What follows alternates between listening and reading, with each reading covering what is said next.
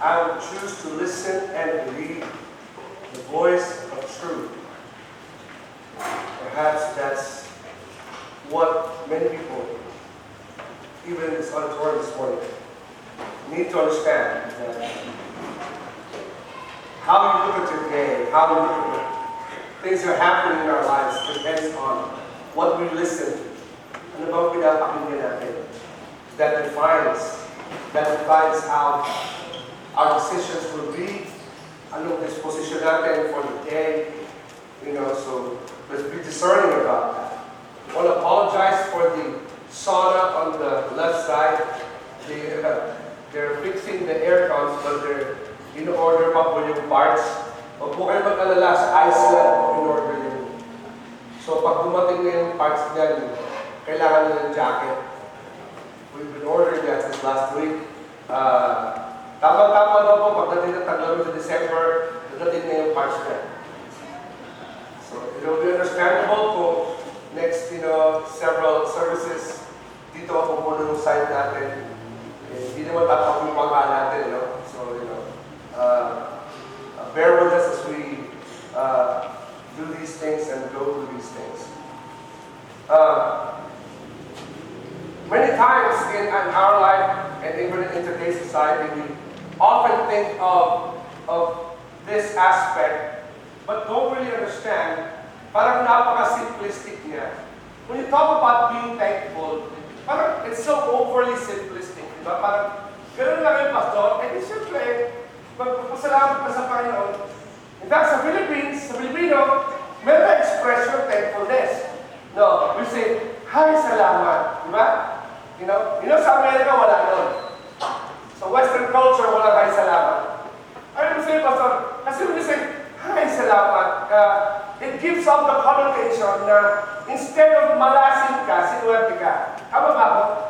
I'm right? When something good that's bad turns out to be good, or an intervention happens and the bad thing becomes a good thing, people say, hi, salamat. Tama? Right. And it gives the connotation that, it gives the idea na pag sinabi mo, hi, salamat, it's not that you're really thankful. You're thankful dahil imbis na maging malas, naging swerte. Tama? Tama na? Right. That's the idea that happens, that presents itself. Whenever we Filipinos say that, I was watching some videos kahapon, natatawa ko eh. But I loved it though. Videos na ginawa ng mga expats. Ang expat yung mga taga-ibang bansa, and then they move to the Philippines. Amerikano, merong Hapon, merong iba eh. I was watching them, and the number one thing they said, of course, merong bad things, merong good things, generally good things about Filipinos daw. Okay? Apart from the fact that we are beautiful people, syempre naman, balot sila lahat eh. Yung mga foreignero, diba? Yung mga amuyan eh. Believe me, I live there. So, apart from the fact that they said the Filipinos are beautiful people, the number one thing na sinasabi na, and I heard it, I think I was in 4, maybe 5 videos yan, kung Amerikano, ang lahat, except one sa European. Ang sabi nila, the Filipinos, other than being beautiful people, ang ganda raw ng ating ugali at pananaw sa buhay. We have a beautiful outlook on life. That the Filipino people, despite being in a third world country, is a happy people. Nanoon yan, in the videos, sabi na Filipinos na pinaka-masayang mga tao, right? I believe that, because I remember meron tayong Bible school student noon, si Pastor Samson Borbon, he's always laughing. He always has a smile. Always laugh. Kung minsan parang feeling ko, taga doon sa kabila, he's always, and I remember one day, he was driving, sabi ko rito, marunong mag-drive, sabi ni Pastor Samson, Bible school student, Ma'am, ako po! So she drives my mother. Kaya pa yung FX natin, yung FX. And my mom noticed na umulan, na lapit-lapit ni Samson, Pastor Samson na siya ngayon, dun sa steering wheel. As in really close. Nakaganyan, nakangiti lang siya. And my mom asked, Samson, bakit nakangiti ka? At saka ba't ang lapit-lapit mo sa windshield? Kasi lakas ng ulan eh.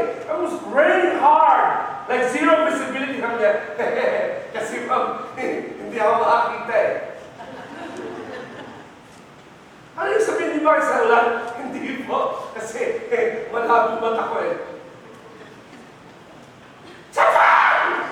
Tumigil ka! Tapos sa road. Same guy, may staff meeting kami, katok siya ganyan. Pastor! Tatawa-tawa siya. Okay, Pastor! Bakit, Samson? Naalala niyo po yung XLT natin, yung parang jeep natin, no? Oh, kasi po, nahulog sa bangin. Sa Antipolo, papunta doon.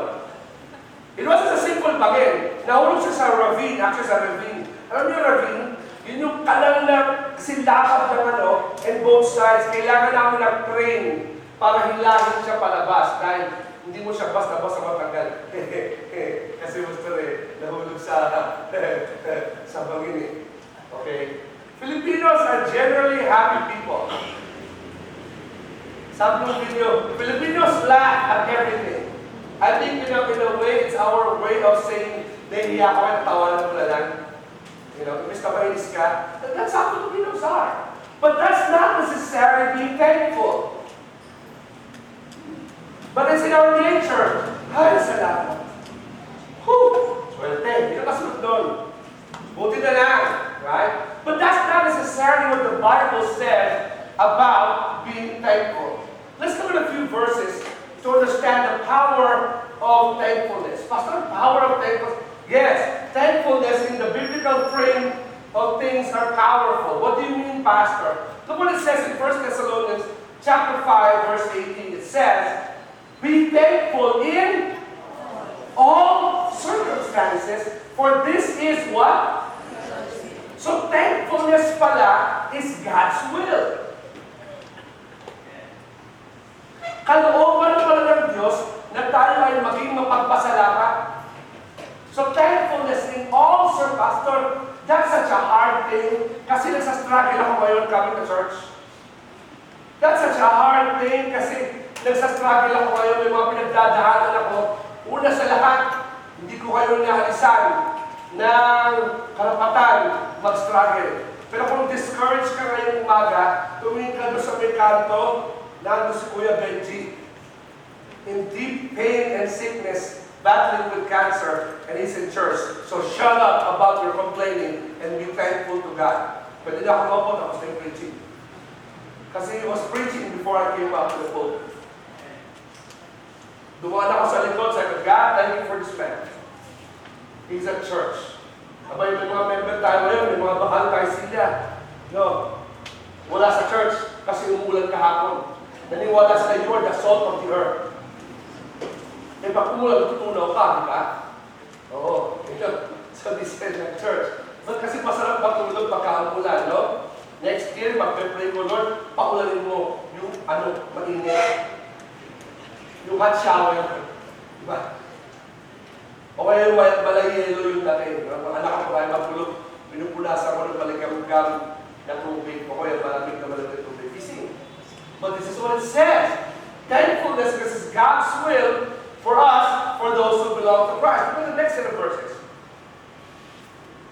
Acknowledge that the Lord is God. He made us, and we are His. We are His people. We are the sheep of His pasture. This is David. Enter into His gates with thanksgiving. Go into His courts with praise. Give thanks to Him and praise His name. Bakit daw? Because for the Lord is good. His unfailing love continues forever, and His faithfulness continues to each generation. I don't know about you. That's enough for us to give thanks to God. How about this one? Look at these verses. They're going to be our points of focus this morning. Now, ano sabi dito? Philippians chapter 4. Memorize ko ng marami yan. And now, dear brothers and sisters, one final thing. Sumusulat si Apostle Paul sa Church of Philippi. Sabi niya, fix your thoughts on what is true, honorable, right, and pure, and lovely, and admirable. Think about these things that are excellent and worthy of praise. Keep putting into practice all that you have learned and received from me. That was the advice of Apostle Paul pagdating sa being of giving thanks. Pastor, If you say powerful, I'm giving thanks or gratitude, no? Pagtanaw ng utang na loob. If you say that is powerful, what do you mean, Pastor, when we say that that is the case? No? What do we mean? What is giving thanks? First of all, when we talk about giving thanks o pagpapasalamat, giving thanks is first and foremost worship. Ano ba, Pastor? Yes. Look what it says. Be thankful in all circumstances, for this is God's will. God commands us to be thankful in all things, and in all times of our lives. Okay? Bakit, Pastor?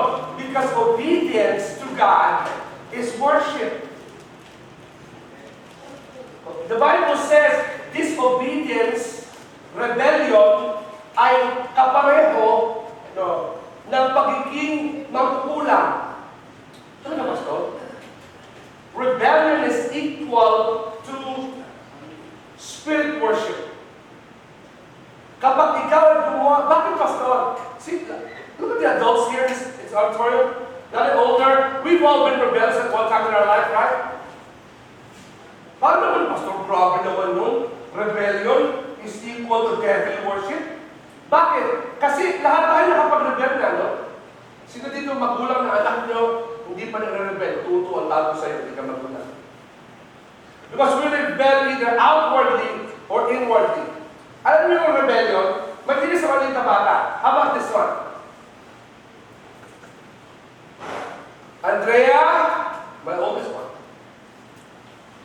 Andrea, don't touch that.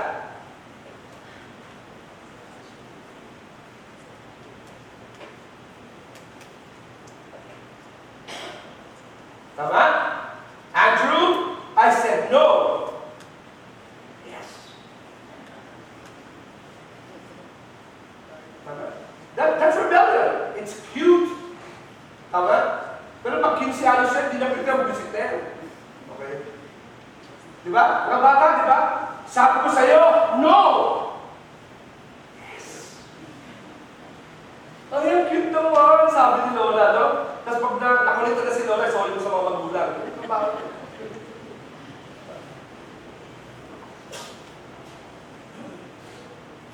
Parang apo namin yan, nakababad sa bahay namin, nakahinga sa king size bed, nanonood ng TV mag-isa. Pinapabayaan mo ng Lola. Sa Lola, hindi Lola. Mami, 11 o'clock, aba nakahiga pa sa king size bed, hindi kayo makatulog. Andrea, ano yung anak mo? Matutulog na kami! Hindi siguro na rin, pero pinatambay sa buka. Pinagtrabaho ng mga Lola, spoiling nyo, para makahiganti kayo sa mga anak mo. It's cute when they're 2 and 3 and 4, maybe and 5, maybe, right? But that's rebellion is to go completely against dun sa kalooban ng authority. Tama? Nakatuwa yung iba eh. Meron tulay. Dito sa Mandaluyong, sa Martinez, marami na aksidente dyan na nasagasaan. So si Mayor, kumuha ng tulay, overpass the bridge. Alam niyo ginagawa ng mga taga-Mandalay nyo? Ginagawa nilang payo yung overpass the bridge. Habang nag-jaywalking siya sa ilalim, they walk under the shadow of the bridge para hindi sila maarawan kasi mainit. So pag pinasagasaan, magsisisi. Right? If you go to Quezon City, meron din tawag death highway. Ano kung saan yung death highway? Saan yun? Common. Well, napakarami na nasagasaan dyan. Isa dating pastor natin. So, gumawa ng mga tulay. Wala pa yung pastor natin ng tulay yun. Ng malaking tulay ng tawaran all over Commonwealth, right? Mga Pilipino nag-ano, the Dutch Hall. Habang tumatawin ko, uy, may bus! Uy, may tricycle! Uy, may bus! Tama. That's rebellion. Bawat umihi dito, mapangit nun. That's rebellion. Rebellion is a complete going against the authority. And that's why refusing to be thankful is this disobedience to God, and disobedience to God, look what it says.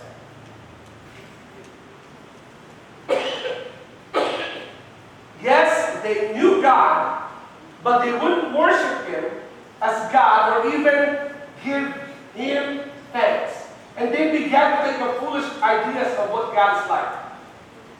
As a result, their minds became dark and confused, claiming to be wise. Instead, they became fools. Bakit? Kasi when you refuse to worship, or in this case, magpasalamat sa Panginoon, sinasabi mo na lahat ng mabuting bagay na nangyari sa buhay mo ay dala ng sarili mo galing at gawa. When you refuse to acknowledge something higher, what you're saying is, you are higher, you are better. As a pastor, as a leader, as an administrator, I only look for one quality of people that I work with. Isa lang hinahanap ko. Pag may kausap ako, gusto kong matrabaho. Pwede ka ba turuan? If I can't teach you, I have no time for you. Ay, mo lang, Pastor Opo, kasi wala kang gagawin kung hindi mo magaling sa akin. If I can't teach you, I don't have time for you. Kung hindi ka pwedeng turuan, hindi mo sinasabing tama ako bagate, but you're coming into my department, so at least be teachable. You might be better, you might look better, be smarter, be more intelligent, but guess what? Ikaw ang nag-a-apply ng trabaho. Be teachable. Okay? May pag-alam mo na, siguro mo na pabalik kasi pinaganda mo na. Kasi I got to where I am because guess what? I'm teachable. When we refuse to give thanks to God, pag ayaw natin magpasalamat sa Panginoon, instead of worshipers, we become rebellers. No? Why, Pastor? Because to be thankful is to be grateful. Alam niyo yung grateful?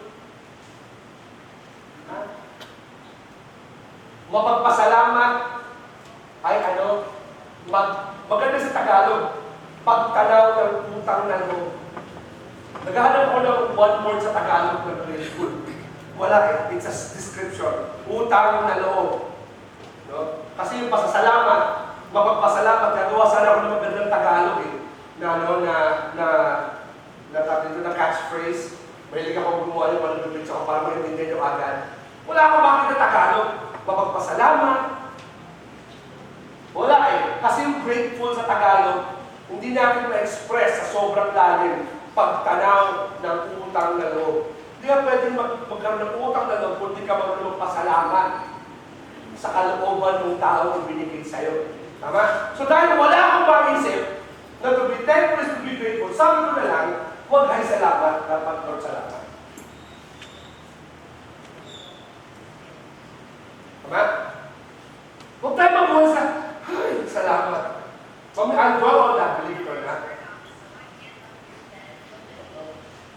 Dapat ay, hindi ay salamat, kundi Lord, salamat.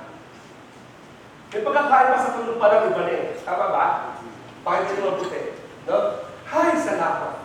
Tsaka yung, Lord, salamat. Anong pinagkaiba nun? Let's understand what I mean when I said that, okay? When we talk about being thankful. Kasi thankfulness is not only a worship, but thankfulness is also a lifestyle.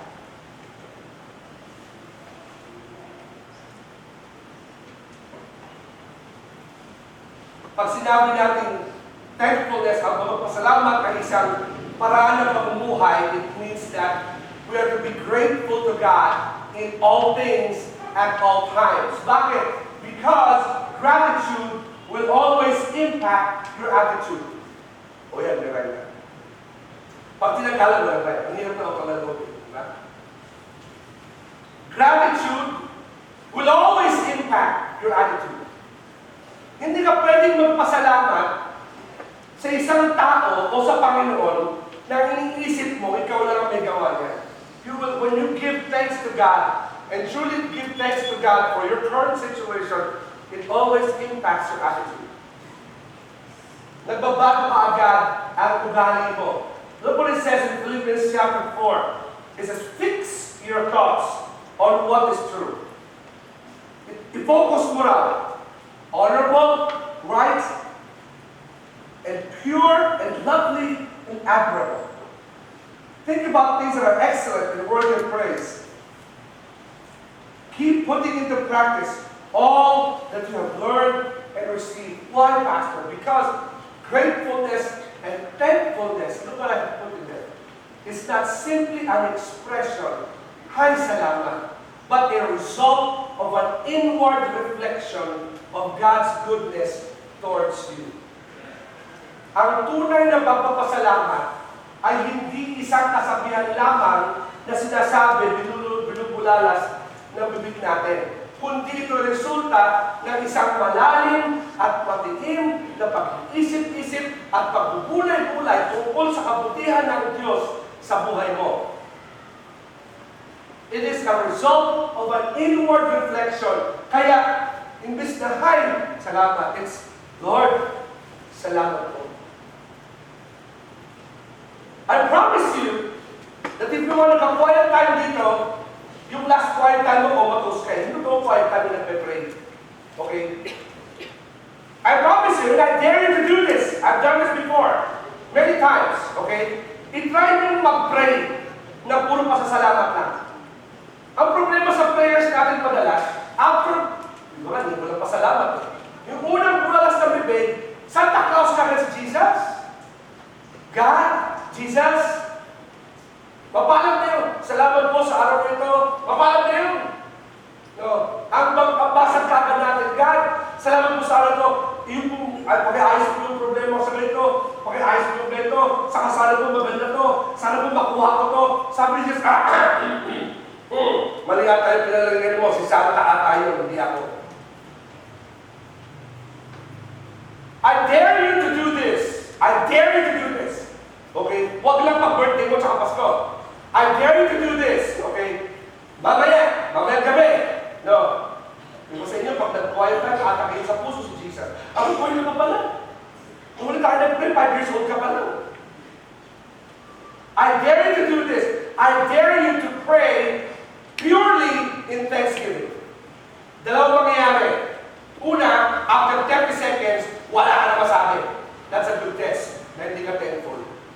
Kasi Lord, salamat po sa salamat po sa ganito, salamat sa ganito, saka salamat sa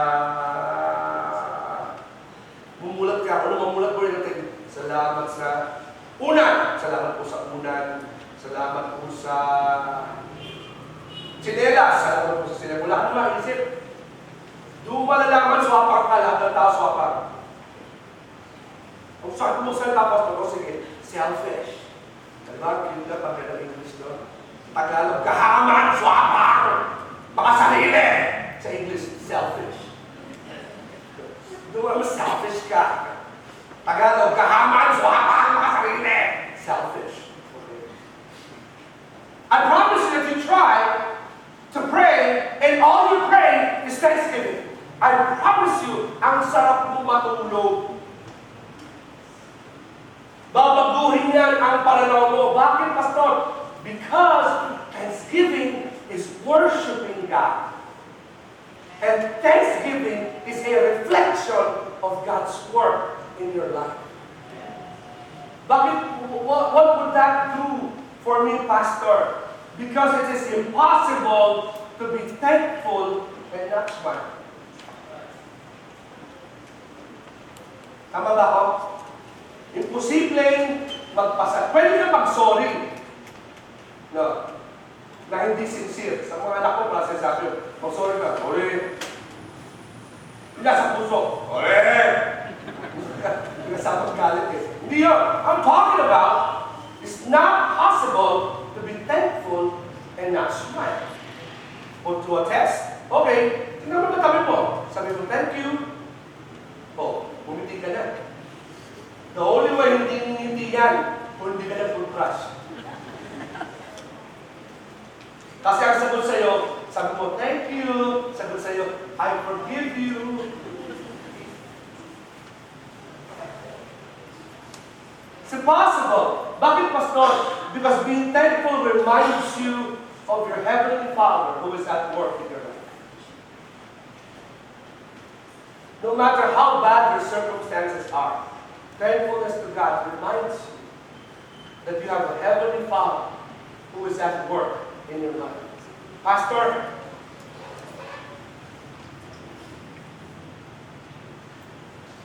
look what it says again in 1 Thessalonians. Sabi niya, be thankful in all circumstances. Sa lahat ng bagay, be thankful in all circumstances. For this is God's will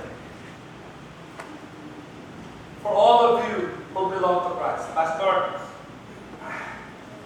I appreciate your preaching, but honestly, I'm having a hard time to be thankful today. You know what? I feel you.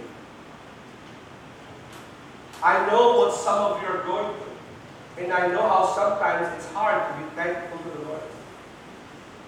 Let me help you understand why even more thankfulness is a worship, why even more thankfulness is a lifestyle, why ganun importante ang pagiging thankful. Because giving thanks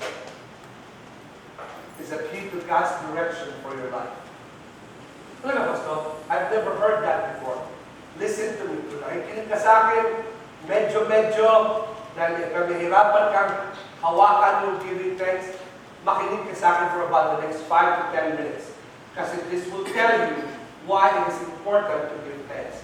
Why? Because ang pagpapasalamat ay susi sa pagkilos ng Diyos sa buhay mo. What do you mean, Pastor? Kasi it's hard for me to give thanks in all my circumstances. Look at the verses that follow me, okay? Look what it says in Romans chapter 12, verse 1 and 2. I paraphrase it, says this. Present your bodies, present obedience, as a living sacrifice.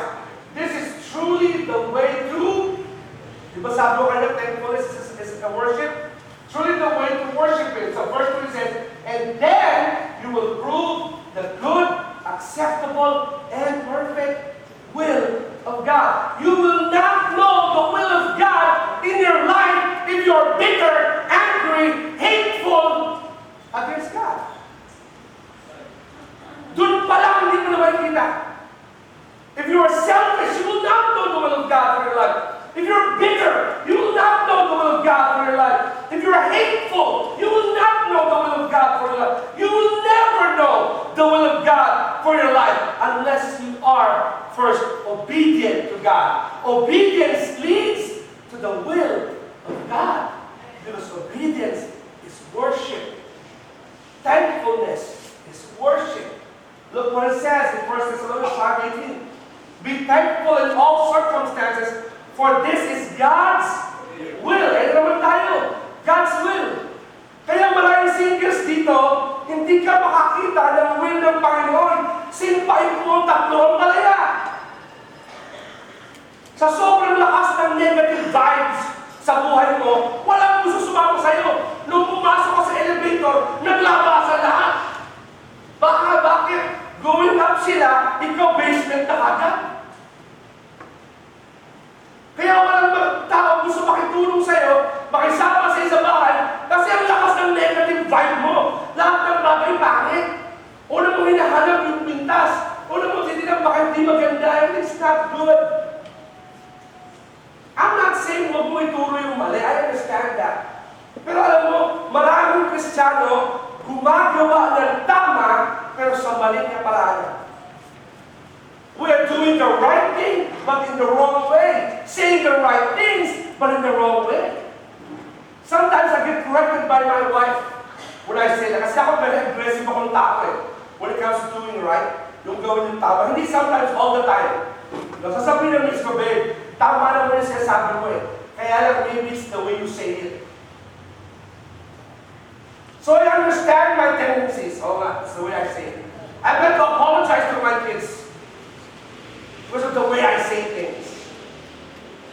Kahit tama, mali. And it says, be thankful. What do you mean, Pastor? Look what it says in Philippians chapter 1, verse 6. And I am certain that God, who began good work within you, will continue His work until it is finished. Pastor, ang hirap maging thankful. Kapatid, baka hindi mo tapos ang Panginoon. Pastor, it's hard for me to be thankful about my circumstances. Well, brother, let me tell you, maybe God's not finished with you yet. But God is committed to accomplishing His will in your life. In the moment, be thankful. Bakit, Pastor? Because for all you know, pwede naman ilagay ng Panginoon yung kalooban mo sa sarili mong kamay. Bahala ka sa buhay mo. Sige. You would be like those people in Romans na binasa natin. Chapter 1. Ayaw tumangkilis sa Panginoon. So pinagbayad sila ng Panginoon. O sige, bahala ka sa buhay mo dyan. And then we wonder why everything's going crazy. Look what it says. Another verse. Philippians chapter 2, verse 13.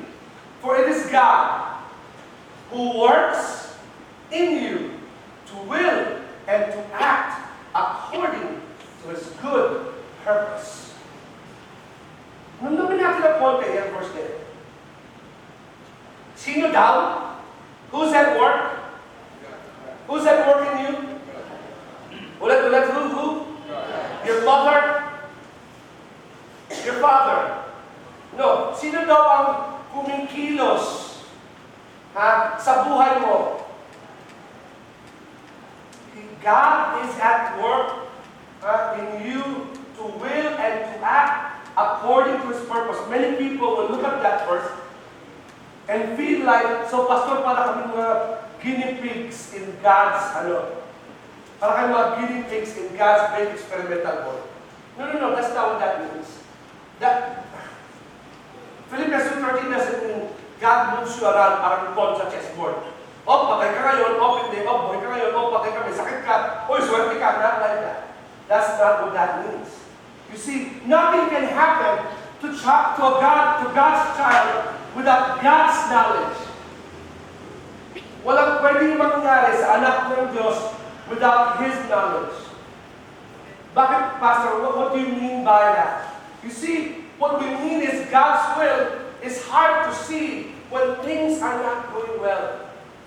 But thanksgiving points your heart to the God who has the world under His control.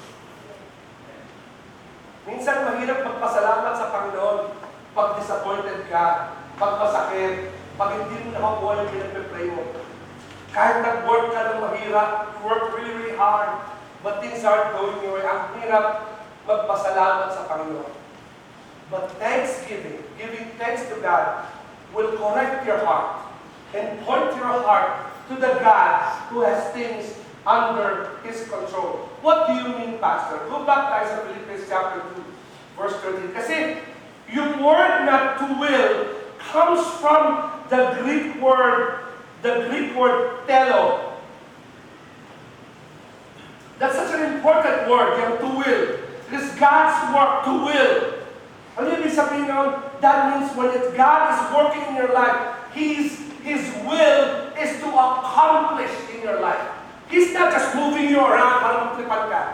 He's not moving stuff around just to show you how big He is. God's moving it around and is willfully, with plan and purpose, moving in your life. Pastor, I'm suffering. First of all, I'm not happy. First of all, hindi po trabaho ng Panginoon para pasahin tayo. It's not God's job to make you happy. Otherwise, it would be called clown. Not God. You show me a parent na walang ginawa kundi pasayahin ng anak niya. Paglaki ng anak niya, bad trip yan. Why? Because he will be a brat. I deal with parents all the time in a school. Mas masarap pakitungo sa bata kaysa sa magulang. Sometimes I see parents, the way they treat their child, I will tell my wife or she will tell me, paglaki niyan, sakit ng ulo yan. Kailangan pwede mag-transfer sa eskwela. Kasi pwede magpapakapot kami sa office ko yan. I've seen parents throw a tantrum. Throw a tantrum, parents, ha? Throw a tantrum in the school dahil hindi nila magawa yung gusto nilang gawin. sa school. So, gagawin ko? Pasayahin ko isa. Tapos yung 550, bahala siya sa buhay nila. May isang parent last year, gusto niya cancelin yung buong field trip ng 500 estudyante dahil baka magkaubo yung anak niya. Lost of science doon, Pastor. Opo, wala na sa amin. Praise God. Thank you, Lord. I say that with great reflection. Can you imagine? Halos ano na lang ng tao, patitigilin mo na ayaw mo magkaubo yung anak mo, yung magmadali mo na papasukin. Masakit mo suggest namin yun, huwag nyo lang pasamahin, sumpa pa yung loob. Pastor, ang laki ng tinaling mo. Ay, oo, marami kong gano'n. Mag-open kayo na square, papasa ko lahat sa inyo. One time sa Mega Mall, may valley parking, magkada ako yung mga valley parking dyan. Binibili ako ng donut, mga ganun ba? Kaya nagtitip ng mayaman, dahil pang-tip na malaki. Pero donut, hindi alam ko pang-init, nakaano ng init, no? Dati po ko ng valley parking, alam ko po yung pinagdaanan niya. Mahirap, no? So, binibili sa mobile, may mapaparada rin eh. Makikiprado ng kotse, nakalagay, valley pool, bukod kotse. Ayan! Kaya bahal mag-park! Babae pa yun, ha? Sabi ko, Brad, nung binigyan mo siya ng ticket sa balay, binenta mo na may kalwa mo. Kasi kung magsalita, parang kalwa mo, binenta mo pasama sa kotse niya eh. Magparami ng kotse niya. We see people like that. Selfish. All they think about is themselves. Pagka pinahindihan mo, sabihin sa isang listahan na kung sino kakilala ng donor dito ng nanay ng alay nila. Paano mapilita ka sumunod? Those people are irritated. Pag dumating yung time na doon sa Lord, are you testing my patience today? Diba? It is hard to do that when you're disappointed, when you're suffering. But it's not God's job to make you happy. Kasi kung gagawin ka lang happy ng Panginoon, hindi siya Lord. Siya si Juan Ponce Enrile. Kasi gusto niya maging happy ka. Tapos kakain ka kay Lamarcky, Jollibee, be happy. Diba? But that's not God's job. God's job is not to make you happy. Listen, God's job is to work His incredibly perfect will in your life. And when the will of God happens in your life, then you will be happy. No matter the circumstance. Pag ang kalooban ng Panginoon ang gumalaw at kumilos sa buhay mo, kahit napakapangit ng pinagdadaanan mo, ang dulo niyan, kalwalhatian niya, at tunay na kasiyahan mo. Amen. That's what that means. It's God who is willing to will. God is committed. God is committed to the purpose of your life.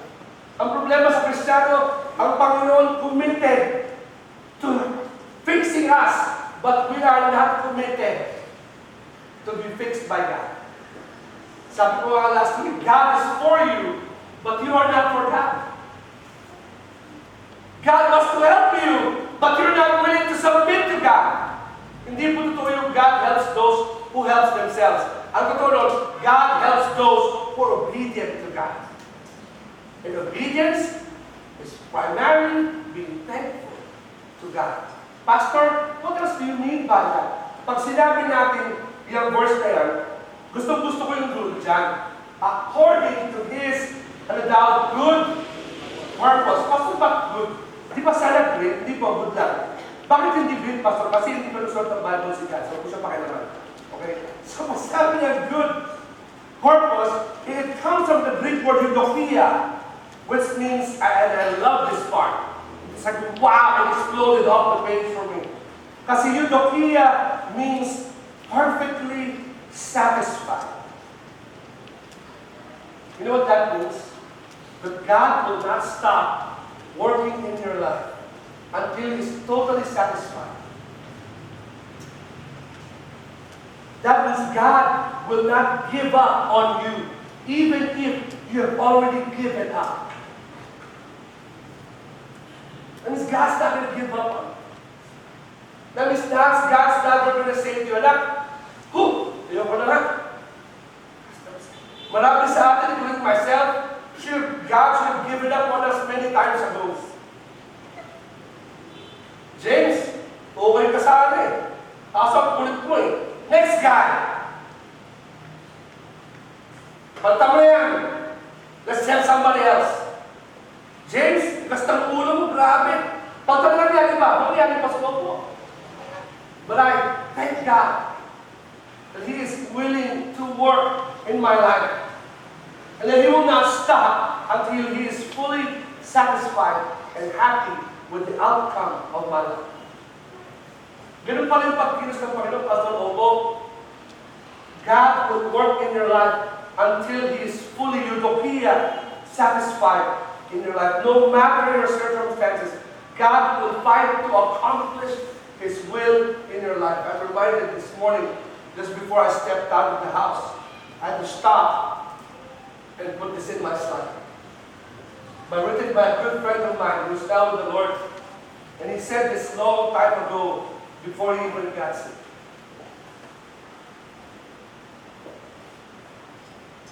Sabi ni Pastor Ariel Tolentino, kababata namin, a good friend, a faithful pastor, served on staff here at IBC, served also as a director of NYBC before my time.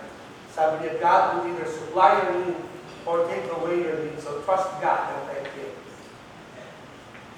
So when the Lord put Pastor Ariel home, a few months ago, doon lang niya nalaman fully kung ano ibig sabihin niya.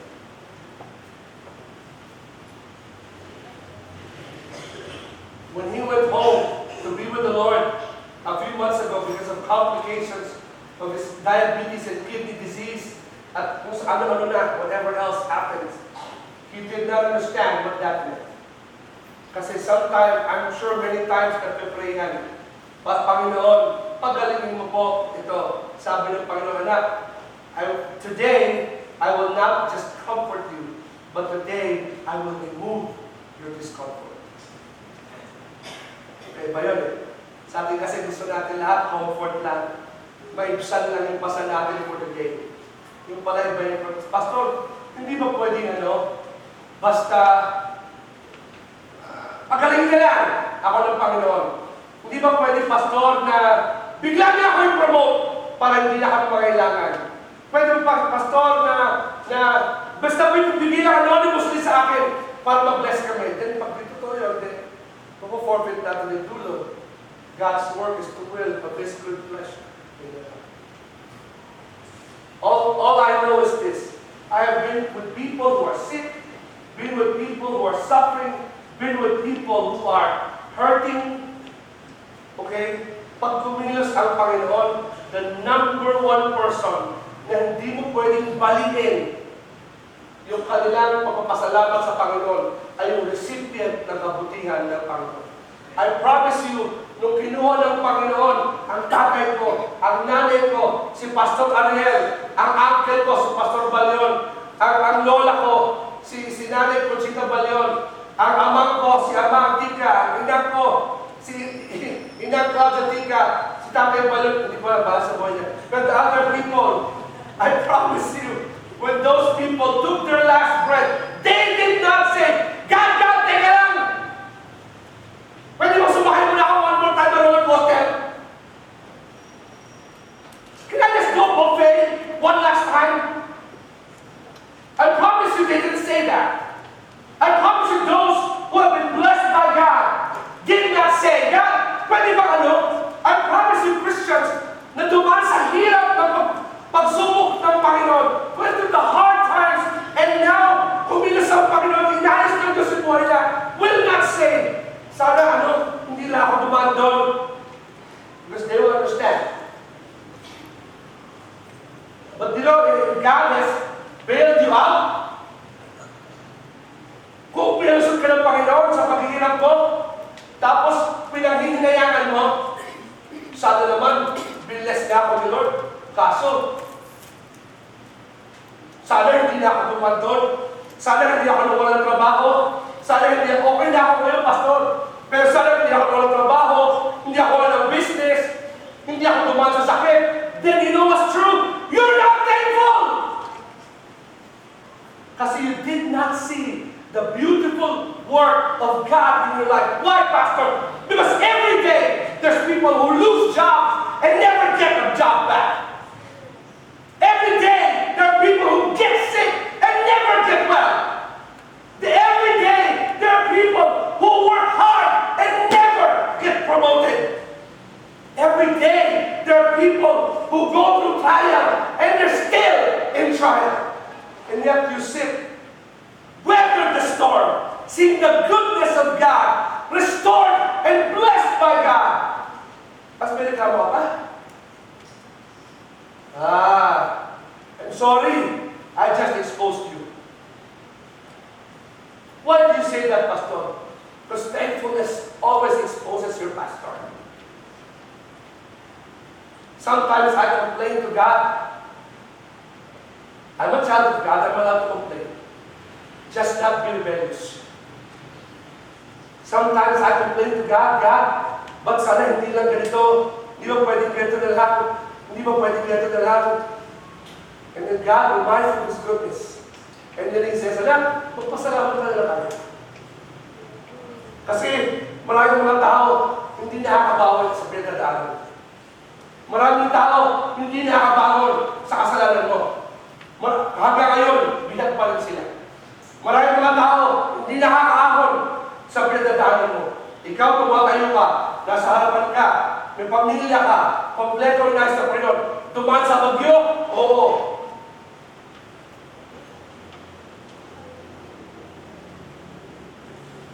Remember, I was sharing this with the staff yesterday.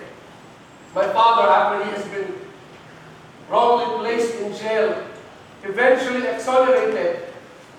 Pero yung kanyang exoneration, dumating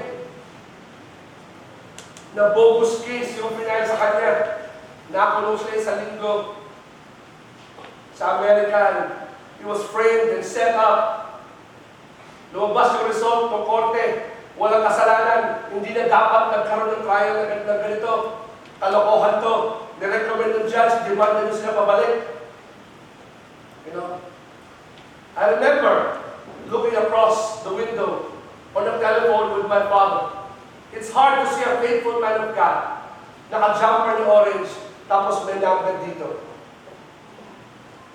I promise you, I was not very holy. You think that your pastor is belligerent now? You should have seen me 20 years ago. I was ready to kill. Physically, and sabi nga ni yung tandang-tanda, kill softly. Sinisigaw ko yung tatay ko across the window on the phone. Dad, kung ito paglilingkod sa Panginoon, yung mga talk na yan, uubusin ko lahat. Kasi pumasa na po, lumipat ng eskwelahan. Tinanggap ko yung application ko sa abogasya for the Philippines sa States. Pumasa na ako. Dad, uubusin ko lahat ng pag-aaral ng mga yan. Pati mga apo nila magiging pulubin. Dahil sa ginawa na ito. And you know what? I had the legal mind. I knew I was right. Bakit? Sa Amerika, matapunan ka lang mahina tubig. Sa McDonald's, may 2 million ka na agad. Eh yung pag ginawa nilang yun. Sisigawan ko yung tatay ko. Dad, kung gano'n din lang, ayoko na sa'yo na yung papapastor mo. Kasi hindi ko ubusin ang buhay ko para padaanan ng mga anak ko sa pinagdadaanan mo ngayon. Nakangiti ang tatay ko. Kung walang salamin, sinapa ko nila. Nakakalalaki. I was not very holy in those times. I was very rebellious. Against not my father, but my heavenly Father. Nakangiti siya, halatang halata, ibang pananaw namin dalawa. Ang sabi niya, anak, huwag mong tingnan yung mga tao yan. Ang tingnan mo, yung mga tao sa Pilipinas. Yung mga tao sa bundok, tao sa tribo, tao sa kung saan-saan. Wala yan. At wala tayo. Maybe, nakakilala pa siya sa Panginoon. Pero hindi tayo kasali sa buhay ko. Sobrang glad ko, binabago yung telepo, slapped it, and left. Pinuha ulit pakikita namin ng tatay ko bago tumakbo kami ng Pilipinas. Dala ko naman yung next week.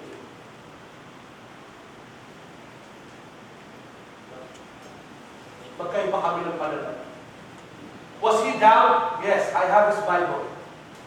Every once in a while, I look through his Bible and I can see his pain. But yung pain niya sa Bible, pinagpe-pray niya yung mga pangalan na minumura ko. Magkaiba pa lang namin, no? Pastor, pareho na po ba kayo ng tatay mo? Pag pinakulungan namin, huwag ka umasa, Brad. Sabi ko kasi magkaiba kami. I will go down, but not without fight. I fight separately.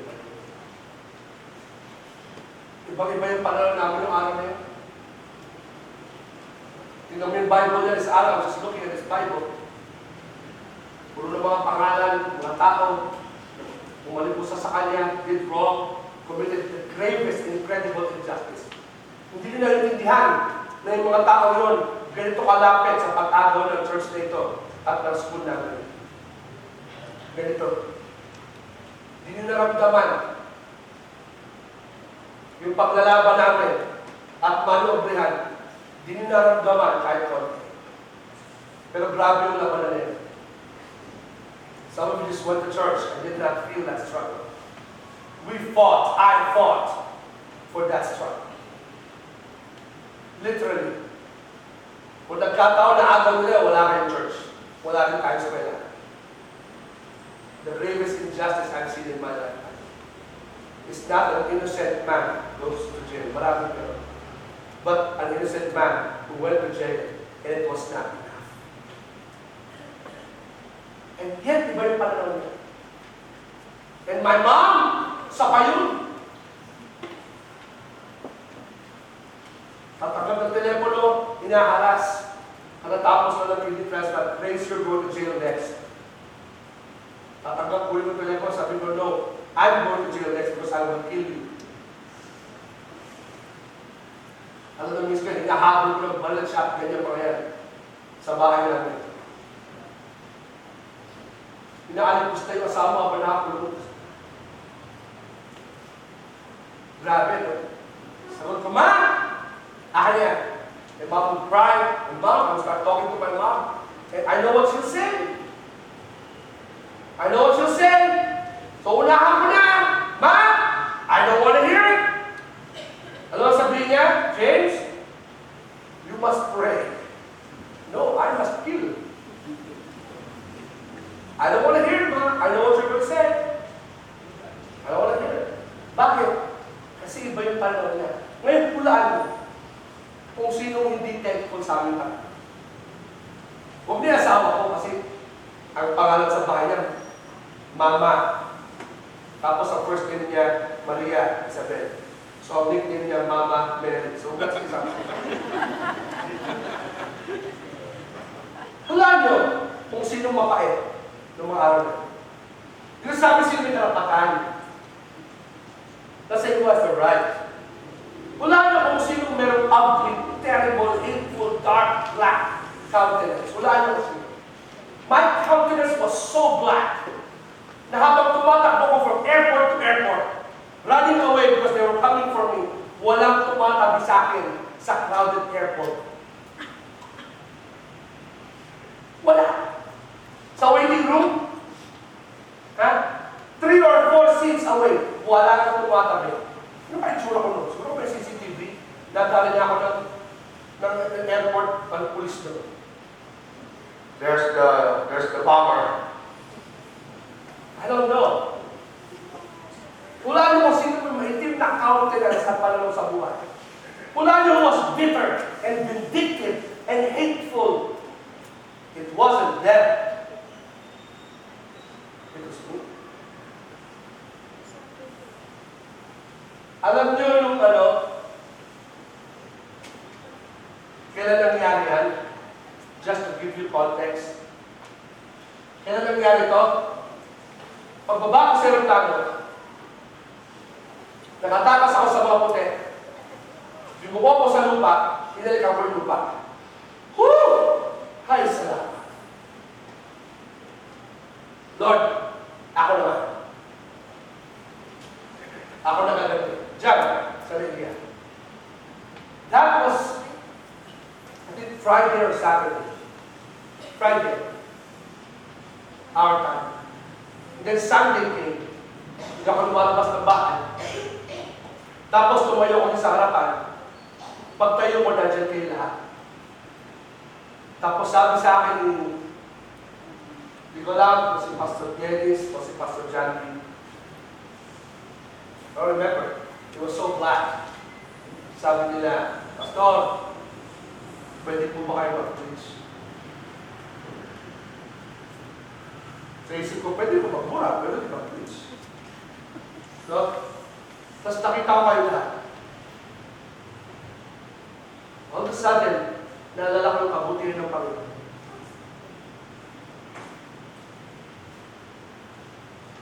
Na kahit ang pangit-pangit, sobrang sama. Naintindihan ko yung kabutihan, I understood the goodness of God. And that's when I said, Lord, salamat po. Nag-shift yung hi, salamat. Sa Lord, salamat. I cannot change your situation this morning. If you are in pain, I cannot remove your pain. If you are disappointed, I cannot remove your disappointment. If you are heartbroken this morning, hindi ko kaya tanggalin yung heartbreak.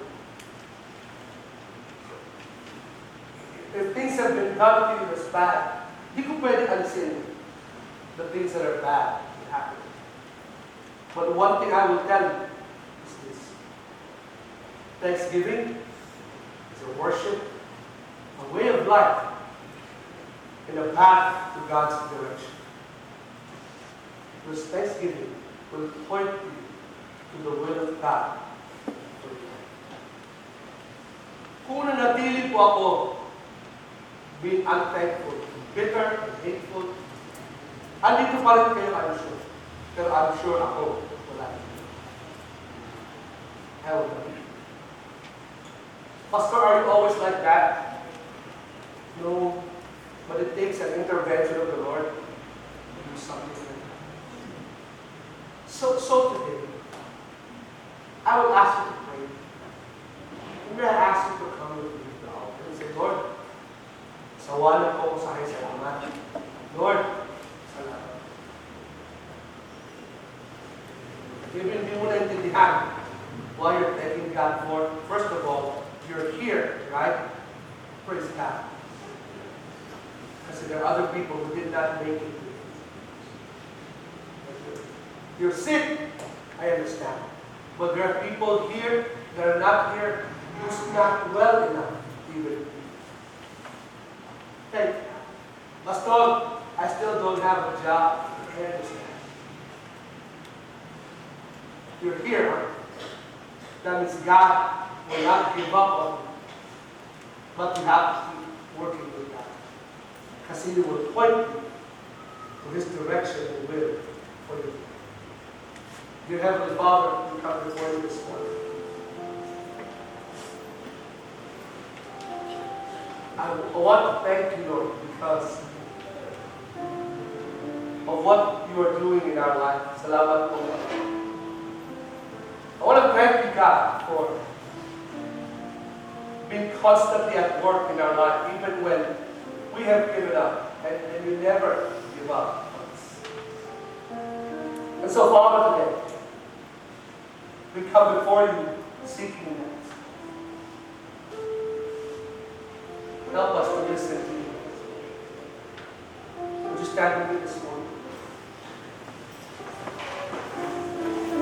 And as you stand, what's the Lord saying to you? When was the last time you said to the Lord, Lord, salamat po.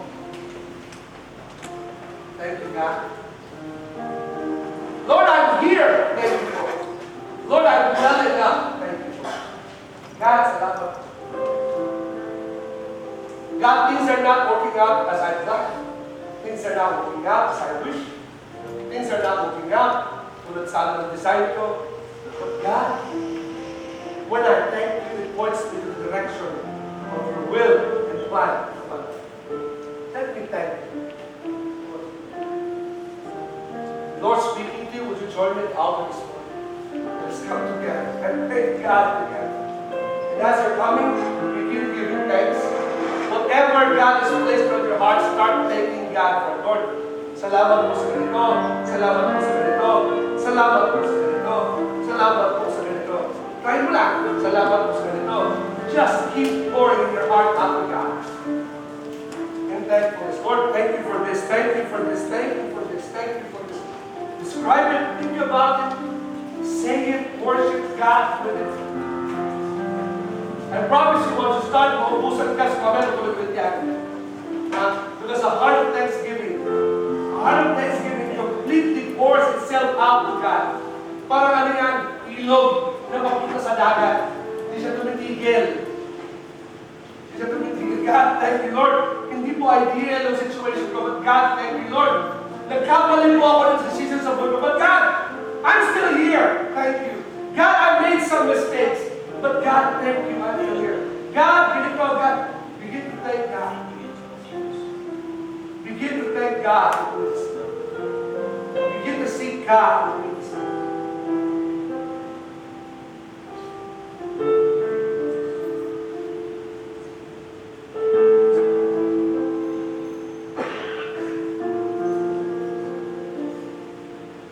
Begin to seek the face of the Lord this morning.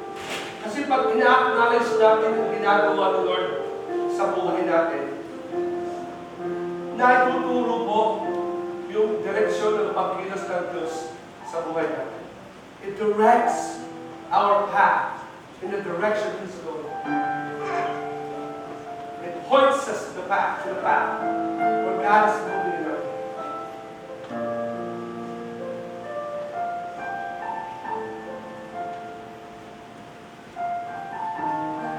Things may not be perfect in your life. But praise God, we have a perfect God who is always at work, always moving.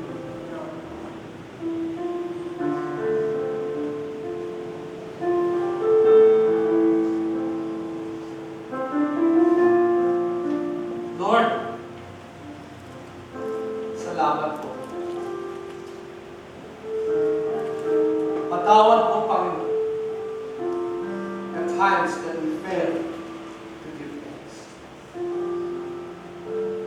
But Lord, this morning, salamat po, Panginoon. Salamat sa iyong mga ginagawa sa aming buhay. Salamat sa mga hindi mo ginagawa sa aming buhay. Dahil dito, nagtuto kami hanapin ang kalooban at salawin mo sa amin. Thank you, Lord, because you will only stop working in our lives until you become fully satisfied. And so we praise you, dear. And we thank you, dear.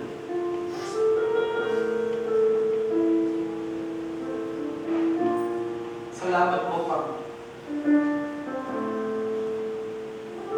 Thank you for our ups and our downs. Thank you for your continuing work in our life. Thank you. So, Panginoon, even when we don't see the end of what you're doing, we can trust that you will never fail.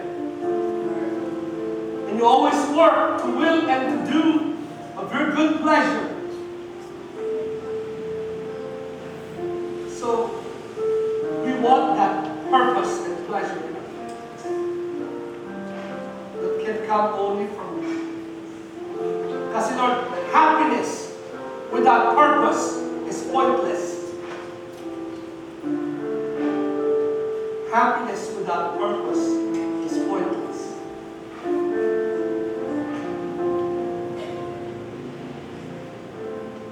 So God, we praise that you will continue to move, Lord, sa buhay natin. Turuan mo kami, Panginoon, na matutong parati magpasalamat. Because gratitude will always impact our attitude.